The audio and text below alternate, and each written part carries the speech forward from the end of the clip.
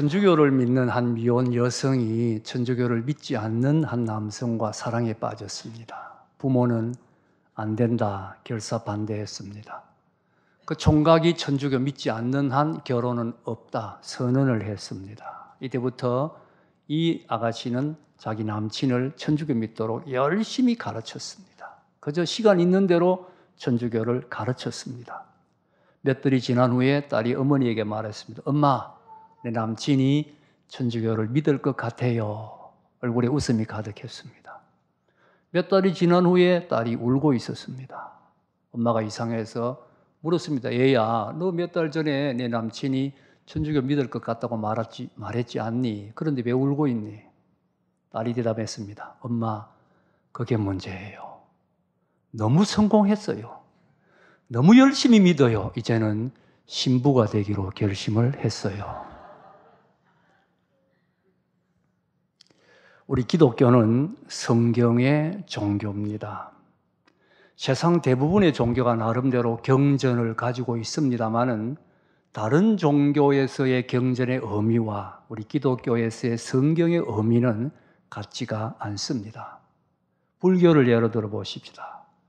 불교는 8만 대장경이라고 불릴 만큼 방대한 경전이 있습니다. 그러나 불교를 잘 믿기 위해서 이 경전 꼭 읽어야 하는 거 아닙니다. 8만 대장경 하나도 몰라도 불교 얼마든지 잘 믿을 수 있습니다. 불교의 경전은 하나의 참고서입니다. 유교의 사서삼경이나 회교의 코란도 그 종교에서의 위치가 우리 기독교의 성경만큼 절대적인 것은 아닙니다. 우리 기독교에서의 성경은 절대적입니다. 기독교의 모든 진리는 오직 성경 위에 세워져 있습니다. 성경만이 기독교의 유일한 표준입니다. 이유는 성경은 하나님의 말씀이기 때문입니다. 성경은 분명히 다양한 내용으로 되어 있습니다. 구약과 신약으로 이루어져 있고, 구약은 천지 창조에서 시작해서 이스라엘의 역사가 있고 문학서들이 있고 예언서들이 있습니다. 신약에는 예수님의 말씀과 행적을 기록한 책들이 있고 초대교회의 역사를 기록한 책이 있고 초대교회에 보내는 편지들이 있습니다. 이 성경을 기록한 저자들이 다 다르고 기록한 배경도 다르고 내용도 다릅니다. 기록한 시기도 무려 1500년에 걸쳐서 기록이 되었습니다. 그럼에도 불구하고 성경은 하나의 주제로 통일을 이루고 있는 한 권의 책입니다. 하나님의 감동으로 기록되었기 때문입니다. 하나님께서 성경을 기록하는 사람들의 마음을 감동하셔서 하나님의 말씀을 기록하게 하셨습니다. 그래서 성경은 처음부터 끝까지 하나님의 말씀입니다. 하나님의 말씀이기 때문에 그 속에 생명력이 있고 그 속에 능력이 있고 그 속에 사람을 변화시키는 힘이 있다는 것을 우리는 체험하고 있고 또 믿고 알고 있습니다. 지금 우리 한국교회는 큰 도전을 받고 있습니다.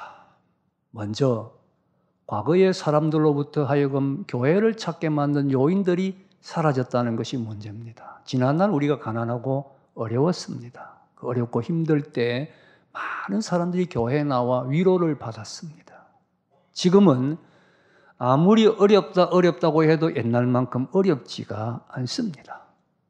주 5일째 실시된 지 벌써 오래되었고 이제는 다 사람들이 여가와 즐거움을 추구하고 있습니다. 주말이 되면 놀러 가기 바빠서 교회 나오기가 어렵게 되었습니다. 그런가 하면 최근 들어 솔직히 우리 기독교가 세상의 빛과 소금의 역할을 제대로 감당하지 못한 부분도 있는 것이 사실입니다. 그래서 많은 사람들이 기독교보다 천주교, 다른 종교를 찾고 있습니다. 우리 앞에 위기의 한때가 다가오고 있습니다. 따라서 지금이야말로 교회가 생명력을 회복해야 됩니다. 교회가 생명력을 회복하지 아니하면 더 어려워질 수 있습니다. 문제는 교회의 생명력이 어디에 있느냐 하는 것입니다.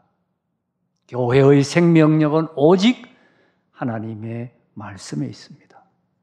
생각해 보십시오. 어떻게 교회가 세워집니까? 말씀이 능력 있게 증거되어서 믿지 않는 사람들이 예수를 믿게 될 때 교회가 세워집니다. 세워진 교회가 어떻게 사명을 감당합니까? 말씀을 통해서 교회가 부흥하고 말씀을 통하여 교회가 주어진 사명을 감당합니다. 말씀의 역사가 살아있는 곳, 그곳이 바로 살아있는 교회입니다. 따라서 오늘 우리에게 가장 중요한 것은 말씀의 이 능력을 회복하는 것입니다. 말씀의 능력을 회복할 때 우리는 어떤 환경, 어떤 여건 속에서도 생명의 역사를 이루며 사명을 감당하며 나아갈 수 있습니다. 제가 앞서 한국교회가 도전을 받고 있다고 말씀을 드렸습니다. 그 결정적 이유가 한마디로 잘 살게 되었기 때문이라는 것입니다. 기독교를 역사적으로 볼 때에 어려울 때는 다 잘 믿었는데 어느 정도 경제 성장하고 부유하게 되면 그때부터는 점점 교회를 떠나고 교회가 쇠퇴했다. 이것이 하나의 법칙이라는 겁니다. 우리도 이제 그만큼 잘 살게 되었기 때문에 우리도 위기다. 이렇게 이야기를 합니다. 그래서 어떤 사람들은 한국 교회가 성장이 중단되었다. 그렇게 말하고 또 어떤 사람은 이미 쇠퇴기에 들어섰다. 그렇게 말하기도 합니다. 그런데 잘 살게 되면 교회가 문을 닫는다는 이 법칙, 맞기도 하지만 또 꼭 맞는 것도 아닙니다. 맞는 부분도 있고 맞지 않는 부분도 있습니다. 이 대표적인 사례로 유럽 교회를 예를 들지 않습니까?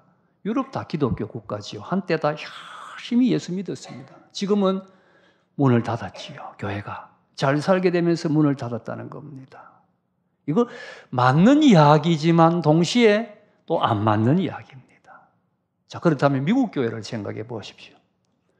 미국 교회도 대다수는 쇠퇴하고 있습니다. 그러나 그렇지 않는 교회들이 많이 있습니다.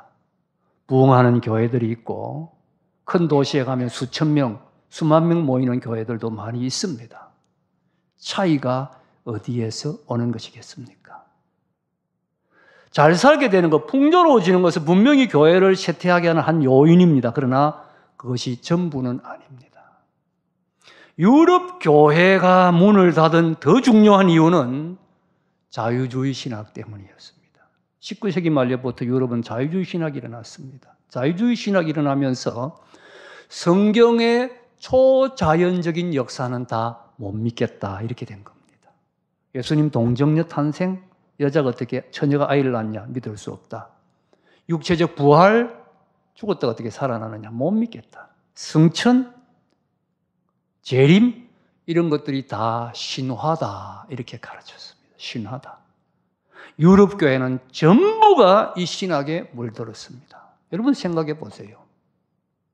성경의 초자연적인 역사를 신화라고 가르치는 교회에 무엇을 들으러 나갑니까? 꼴이 없는 교회에 무엇하러 나갑니까? 유럽 교회에 문 닫는 것은 너무나 당연한 이치입니다. 미국도 다수의 교회가 자유주의 신학에 물들었습니다. 쇠퇴했습니다. 그러나 미국은 그렇지 않는 교회들이 많이 있습니다. 말씀을 말씀 그대로 순수하게 전하는 교회들이 많이 있습니다. 그 교회들은 지금도 여전히 성장하고 생명의 역사를 이루어가고 있습니다. 미국 잘 사는 나라잖아요. 그러니 이 진리는 잘 사는 나라라 할지라도 말씀이 생명력을 잃지 아니하면 교회는 역사를 이루어갈 수 있다는 것을 증거하고 있는 것입니다. 따라서 문제는 하나님의 말씀입니다.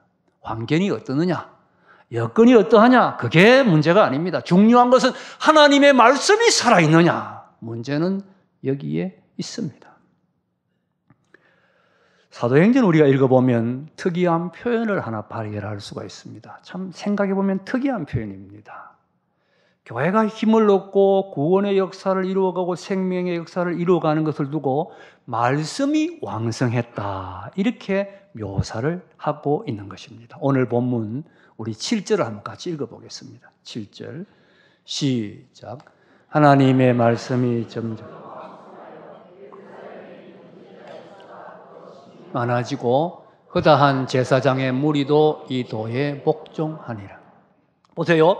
하나님의 말씀이 점점 왕성했다. 이 배경이 뭐냐 하면 예루살렘 교회의 구제 문제로 문제가 생겼습니다. 불평이 생겼습니다. 그때 사도들이 우리가 말씀 제쳐놓고 이런데 신경 쓰는 거 옳지 않다. 다른 사람 뽑아라. 집사들을 뽑아서 전부 맡겨버렸습니다. 그리고 기도와 말씀에 우리는 전무하겠다. 문맥을 보면 사실은 말씀에 전무하겠다는 뜻입니다. 왜? 앞에 우리가 말씀 제쳐놓고 이런 데 신경 쓰는 게 옳지 않다고 했거든요. 말씀에 전무하고 말씀에 오로지 힘썼더니 말씀이 왕성하여진 겁니다. 왕성하여졌다는 이 헬라어 단어는 증가했다, 늘어났다, 성장했다, 많아졌다 이런 뜻입니다. 왕성, 좋은 번역이에요. 왕성했다. 말씀이 왕성했더니 많은 사람들이 예수를 믿게 되고 제사장들까지도 회개하고 예수 믿는 역사가 일어났다 하는 진리지요. 이러한 묘사는 성경에 자주 나타납니다. 사도행전 12장 24절에 보면 하나님의 말씀은 흥왕하여 더하더라. 이게 흥왕이란 단어 헬라어로는 앞에 나온 왕성이란 말과 같은 단어입니다. 사도행전 19장 20절에도 주의 말씀이 힘이 있어 흥왕이 아니고 왕성하여 세력을 얻으니라. 왕성, 흥한 같은 단어입니다. 이런 본문들의 배경을 보면 이러할 때에 많은 믿지 않는 사람들이 예수를 믿었고 악의 세력들이 물러갔고 믿는 사람들이 능력을 얻었습니다. 세상이 변화되었고 하나님의 나라가 확장되어 갔습니다. 하나님의 말씀이 왕성할 때 이런 역사들이 일어났다는 것입니다. 기독교 역사적으로도 보면 우리 기독교 역사에 나타난 모든 진정한 부흥운동은 말씀의 부흥운동이었습니다. 모든 부흥운동은 말씀이 부흥하는 것이었습니다. 말씀 듣고 회개하고 말씀 듣고 눈물 흘리고 말씀 듣고 감격하고 말씀 듣고 구원받는 사람들이 늘어나고 말씀 듣고 사람들이 주의 말씀대로 살기로 헌신하고 다짐할 때 부흥운동이 일어나는 거지요. 그러할 때 그들이 복을 받고 그 나라가 복을 받고 그 민족이 복을 받았습니다. 개인적으로도 마찬가지입니다. 한 사람의 심령에 말씀이 왕성하면 그 사람이 죄의 유혹에서 이깁니다. 우리의 심령은 영적 전쟁터입니다. 항상 죄의 유혹, 내 옛사람의 유혹이 우리를 공격합니다. 이때 나가서 싸우는 것이 하나님의 말씀입니다. 말씀이 왕성할 때 그 모든 죄의 유혹을 이기니까 승리할 수 있는 거죠. 또 말씀이 왕성할 때에 하나님의 말씀대로 살 수 있습니다. 말씀이 왕성할 때 하나님의 말씀대로 살 수 있는 힘이 생기는 겁니다. 승리하는 삶을 살게 되는 것이지요. 그러니 정말 우리에게도 시급하고 중요한 것이 우리 심령에 말씀이 왕성하는 것입니다. 2013년 우리 교회 표어가 은혜의 강물이 흐르게 하소서. 지난주에 말씀드렸습니다. 은혜의 강물이 흐름에 있어서도 제일 결정적인 것이 뭡니까? 은혜는 말씀을 통하여 주어집니다. 말씀이 역사해야 하는 것이지요. 말씀의 강물이 폭포처럼 흘러 넘쳐야 하는 것입니다. 이 일을 이루기 위해서 내가 먼저 말씀을 사모하고 말씀을 잘 들어야 합니다. 여러분, 말씀이 왕성하는 역사가 어디죠? 딴 데서 일어나는 것이 아니에요. 내 심령에서 먼저 일어나야 합니다.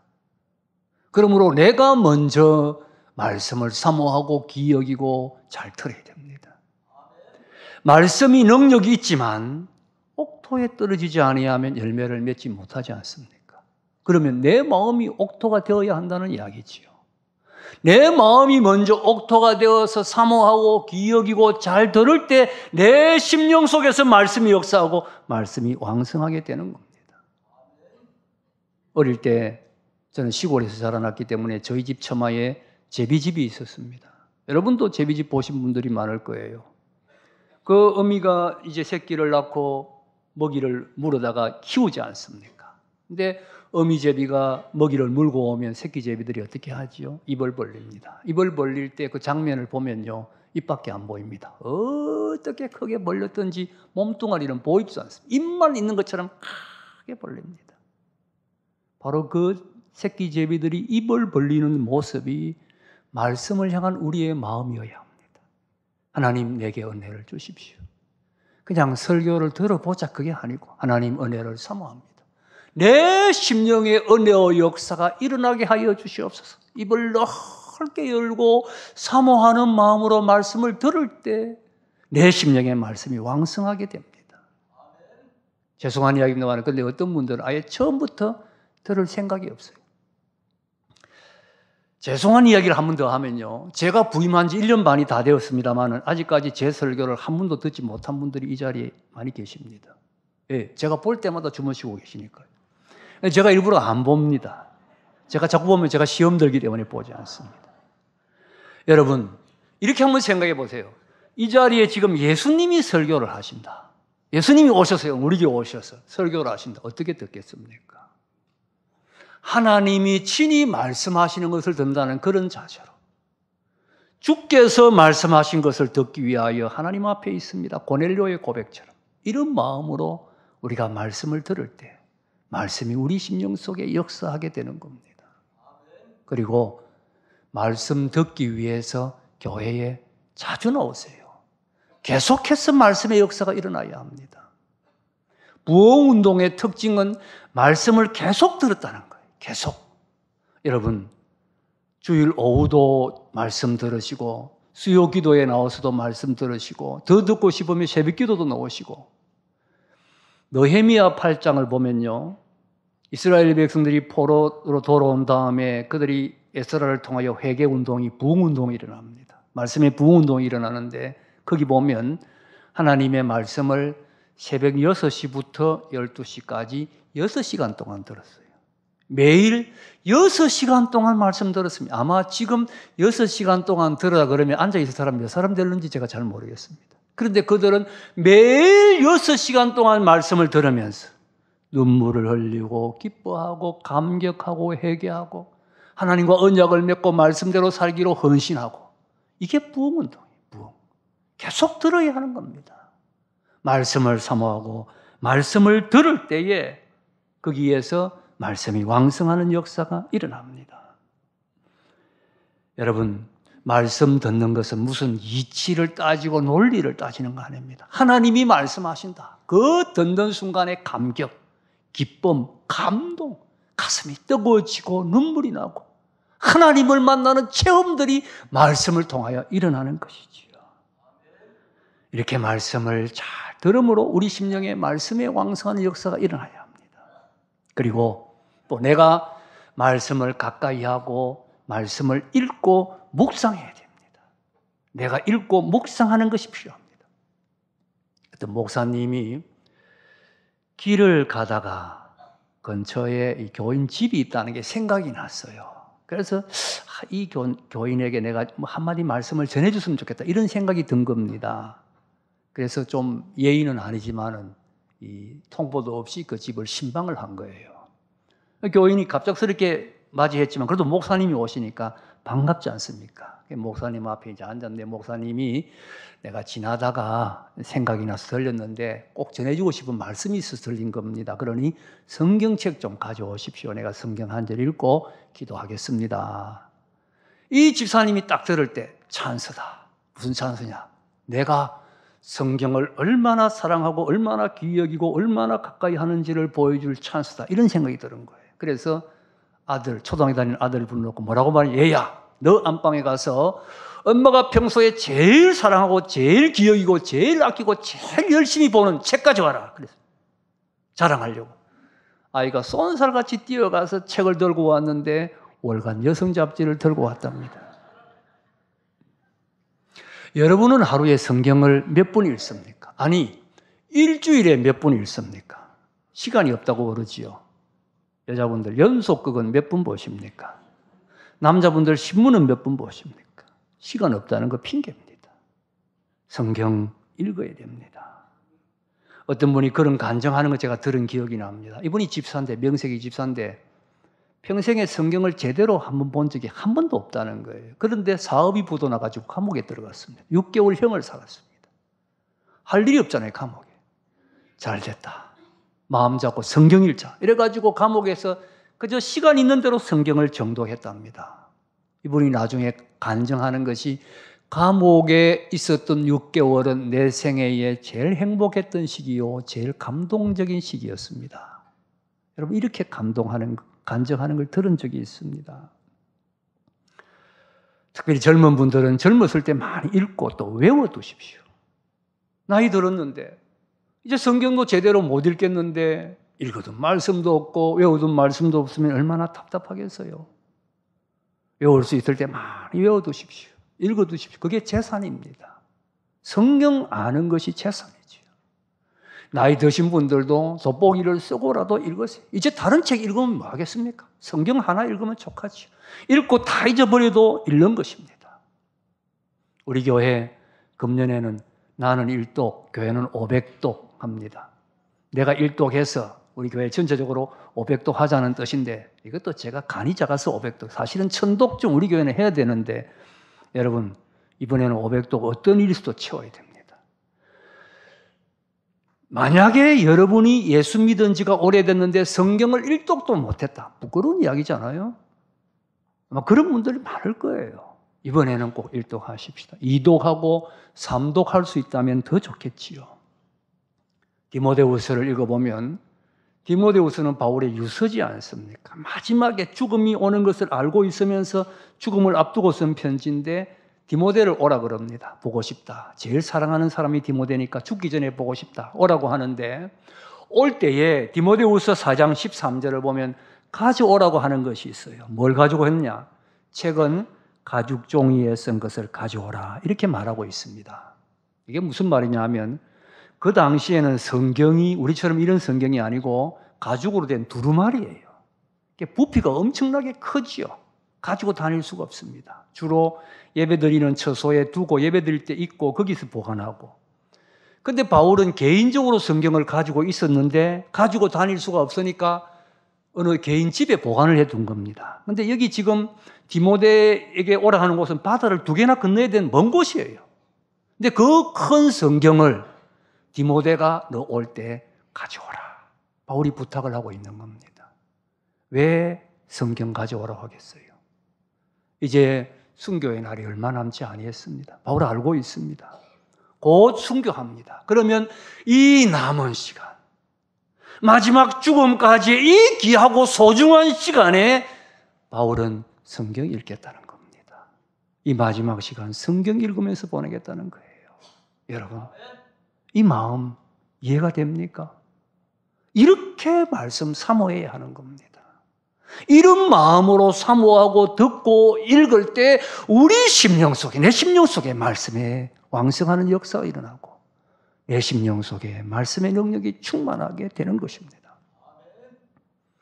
1790년도에 영국이 1790년도에 남양군도에 자기들의 식민지 중에 하나였던 피트카린이라는 섬에 제수 100명을 파송한 일이 있었습니다. 나무를 심기 위해서 제수들을 파송했는데 이 제수들이 섬에 도착하자마자 반란을 일으켜가지고 관리들을 다 죽이고 선원들을 죽여버렸습니다.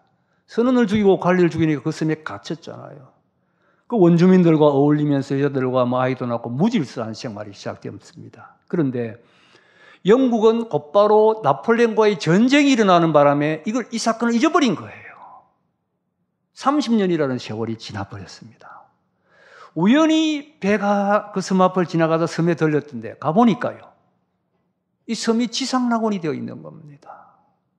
참 열심히 일하고 술, 도둑, 강도 일체 없고 아이들은 열심히 공부하고 주일마다 섬 중앙에 교회가 있는데 교회 와서 다 예배를 드리고 존 아담스라는 사람이 목사님처럼 되어 있고 왕처럼 되어 있는데 섬이 완전히 지상낙원을 이루고 있는 겁니다. 그래서 존 아담스라는 사람에게 어떻게 된 거냐 자초지종을 물어보았답니다. 대략의 과정이 이러했습니다. 관리들을 죽이고 그 다음에 선원들을 죽이고 무질서한 생활이 시작된 겁니다. 섬 원주민들과 아이도 낳고 그리고 싸움을 하면 말리줄 사람이 없으니까 사람이 죽어야 싸움이 끝났습니다. 더구나 또 누군가가 그 섬에 이 무슨 식물을 가지고 술을 만들어 놔서부터 싸움이 더 거칠어지고 더 무질서 완전 지옥 같은 생활이 벌어지는 겁니다. 이 존 아담스라는 사람도 역시 술 마시고 싸우고 하던 사람인데 가만히 보니까 기가 막힌 거예요. 이러다가 우리 다 죽겠구나. 아이들까지 다 죽겠구나. 이런 생각이 드는 겁니다. 그때 자기가 고국을 떠나올 때에 어머니가 주신 성경책이 기억이 났습니다. 성경을 한번 읽어보자. 성경을 읽는데 계속 읽는데 눈물이 흐르는 겁니다. 가슴이 뜨거워지는 겁니다. 변화가 왔습니다. 뜨거워지고 예수를 믿기로 결심하고 그래서 그때부터 이 성경을 가르쳐야 되겠다. 아이들을 모아놓고 그를 가르치고 성경을 가르치기 시작했습니다. 그리고 기회가 주어지는 대로 사람들에게 복음을 전했습니다. 물론 반대를 받았겠지요. 핍박도 받았겠지요. 그러나 굴하지 아니하고 계속해서 기도하면서 복음 전하고 성경 가르치고 한 사람씩 두 사람씩 예수를 믿기를 시작하는 겁니다. 무질서했던 섬에 점점 질서가 잡혀갑니다. 교회가 세워졌습니다. 학교가 세워졌습니다. 마침내 그 절해 고도에 복음의 꽃이 피었습니다. 지옥 같은 섬이 지상락으로 변했습니다. 오직 성경 한 권의 능력으로 말입니다. 여러분, 이것이 말씀의 능력입니다. 오늘도 말씀 속에 능력이 있습니다. 내 심령에 먼저 말씀이 왕성해야 합니다. 사모하는 마음으로 듣고 읽읍시다. 그리할 때 내 심령에 왕성한 이 말씀이 나를 사로잡고 나를 인도하고 내게 복이 되고 내게 능력이 될 것입니다. 우리 교회의 말씀이 왕성할 때 우리 교회가 생명을 살리고 이 시대에 하나님의 역사를 이루는 복된 교회가 될 것입니다. 우리 민족에게 말씀이 왕성하면 우리 민족이 복을 받을 것입니다. 진실로 시급하고 중요한 것이 말씀이 왕성하는 일입니다. 말씀이 왕성해야 합니다. 이 말씀의 은혜가 여러분의 심령에 충만하기를 주님의 이름으로 축복합니다.